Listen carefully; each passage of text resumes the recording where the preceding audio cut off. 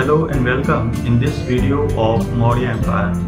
In this video we are going to understand about the introduction, the rise and fall of a mighty empire in which the whole India united under a single banner.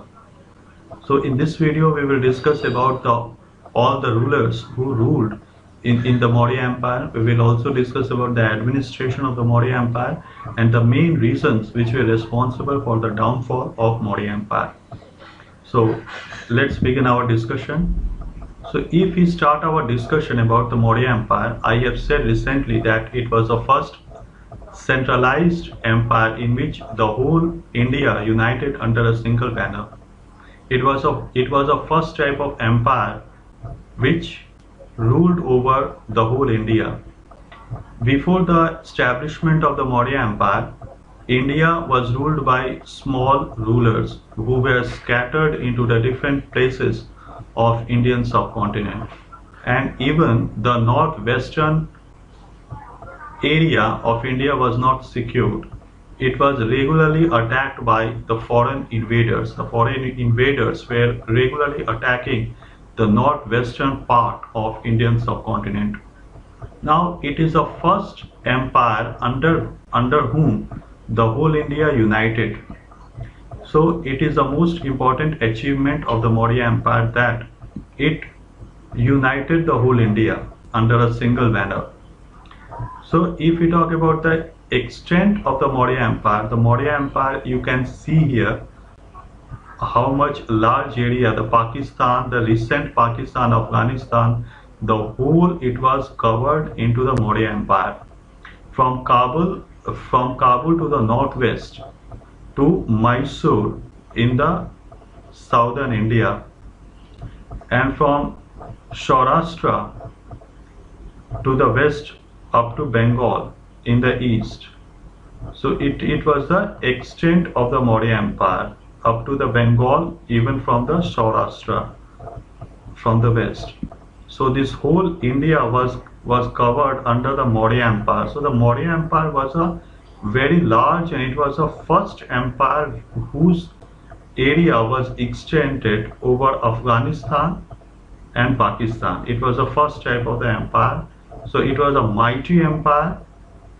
It was a mighty empire under whom the whole India was united for the first time, and it contributed a great deal in the security of Indian subcontinent for the next 250 years. The Maurya Empire lasted for around 250 years, and India got secured under the guidance of the Maurya Empire rulers. So let's understand about the beginning. So it was a time when the northwestern part of India was regularly attacked by the foreign rulers. Alexander was one of them. Alexander was also successful in attacking India in its northwestern part. And in the attack of Alexander, the Battle of Hydaspes is a very important one. In the Battle of Hydaspes, it took place in 326 BC. BC means the before Christ era. It is also called as the BCE. So the Battle of Hydaspes took place in the 326 BC between Alexander the Great and King Porus.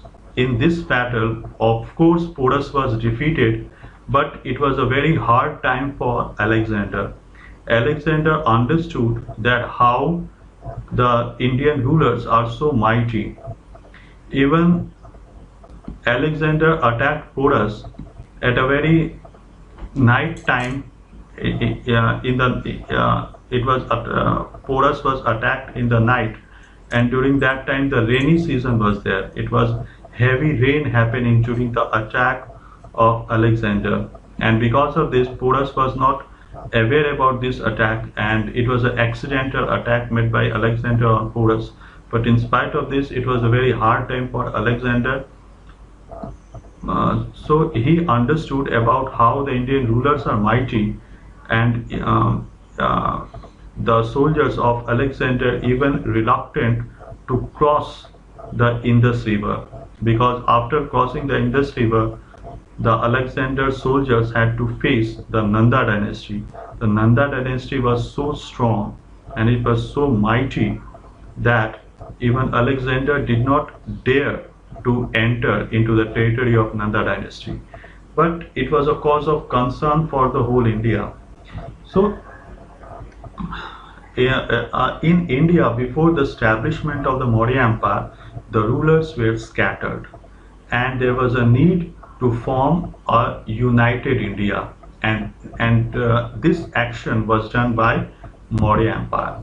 So Maurya Empire was established in 321 under the guidance, under the assistance of Chanakya by Chandragupta Maurya. So Chandragupta Maurya was the founder of the Maurya Empire after defeating Dhanananda. Dhanananda was the last ruler of Nanda dynasty. So Dhanananda was the last ruler of Nanda dynasty. After his assassination and death, Maurya Empire was established in 321 BC. Here BC should be there. 321 BC. Under the guidance of Chanakya. Now, who is Chanakya? Chanakya. So Chanakya was a professor of economics and political science in the Takshashila University. There was a time when Chanakya was disrespected and humiliated by Dhanananda, and after that Chanakya took a vow. He promised that one day I will remove Dhanananda and I will ruin the Nanda dynasty. The Nanda dynasty is not capable to protect the whole India. Actually, the time when Alexander was attacking India, he was conquering one kingdom after another. Dhanananda was not paying any kind of attention to that, and Chanakya was appealing Dhanananda to take some kind of action against Alexander, but he not only refused but also disrespected Chanakya. So it is for this reason that Chanakya took a promise that I will remove Dhanananda and I will establish a new empire. And it is for this reason that Chanakya removed the Nanda dynasty and he established the Maurya dynasty. And after the establishment of the Maurya dynasty, Chanakya himself became the prime minister and Chandragupta Maurya became the new king of the Maurya dynasty. So the Maurya dynasty was established in 321 BC, and it is a time of the beginning of the Maurya Empire. So here you can see the picture of Chandragupta Maurya, and besides of that he was a Chanakya. So the Chanakya, as I have recently said, that he was a professor of the Takshashila University, but besides of that he wrote a famous book called Arthashastra.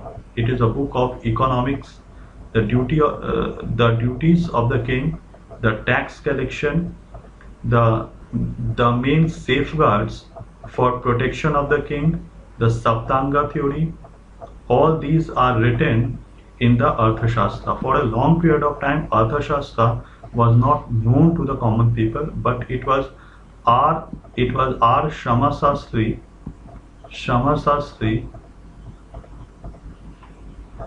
who first invented this book, and he was a person who translated the Arthashastra into English, and the whole world came to know about the Arthashastra and Chanakya. So this is the whole beginning of the Maurya Empire. Now if we talk about the main sources of the Maurya Empire, but apart from the Arthashastra, what are the other sources which we have available right now? So there are main two sources of the Maurya Empire. These are the literary sources and the archaeological sources. Now the literary sources means the books. It means the books and any printed material is called the literary sources. Any kind of books will be included into the literary sources, and in the archaeological sources, whatever we get under the ground, underground things are called the archaeological sources. Apart from the books, whatever we get in the ground in the form of the seals, in the form of the coins, all these will be included into the archaeological sources. So I hope that these two sources of the Maurya Empire are clear for everyone. So if we try to distinguish between the literary and the archaeological sources, let's try to find out what are the main differences between these two. So the literary source, it will come under Indica. Indica is a literary source. It was written by Megasthenes. Now, who was Megasthenes? So Megasthenes was a messenger of Seleucus Nicator. He was a Greek. So it was he was a foreign traveler who was residing in the empire of Chandragupta, in the Maurya Empire in India for a long period of time, and he wrote a book called Indica. Indica tells about the social and economic condition of India during the time of the Maurya Empire. So it will be covered under the literary source because it is the name of a book. Now, archaeological source, Ashoka's edicts. Now, whenever we talk about the Ashoka's edicts, it means two type of edicts we are talking about. So one is called the rock edicts and another one is called the inscriptions on pillar. So these are the two type of the Ashoka's edicts. Ashoka's edicts are of two types. One is called the rock edict, another one is called the pillar edict. Actually, whenever Ashoka was giving any type of order or proclamation, the proclamation of Ashoka was also printed over the rocks. Some of the proclamations were printed over the rocks and some of the proclamations were printed over the pillar. So these are the two type of the edicts. One is the rock edict and another one is called the pillar edict. So after that, Arthashastra written by Chanakya, it is also another important source for the social and economic conditions of the Maurya Empire. So next one is the Mudra Rakshasa written by Vishakadatta. Mudra Rakshasa is also a detailed explanation about the rulers of the Maurya Empire. And the next one is the Sanchi Stupa of Raisen district of Madhya Pradesh. So Sanchi Stupa, it is in the Madhya Pradesh. It is also about it was also built by Ashoka after he accepted the Buddhism. Ashoka was a king who left the path of the war and he accepted the Buddhism, and after that he became a non-violent ruler. Ashoka is called the greatest ruler in the Indian history. So it was the Sanchi Stupa was built by Ashoka. It is located in the Raisen district of Madhya Pradesh. The other works like Vayu Purana and Matsya Purana also tells about the Maurya Empire. Now Indica, if we try to understand about Indica, as I have recently said that Indica was written by Megasthenes, and Megasthenes was a Greek traveler. He came from the court of Seleucus the Nicator. Now it was written by Megasthenes, who was the ambassador of Seleucus Nicator in the Chandragupta Maurya's court. He told about the 7 caste system in the absence and the absence of slavery in India. So it was a classical Greek. He was a classical Greek writer. The original form or the original copy of Indica is lost, but it is found in the writings of another Greek rulers, another Greek writers. Now another one is the Arthashastra. Arthashastra is a very large book. It was written on the revenue, on the economics, the duties of the king.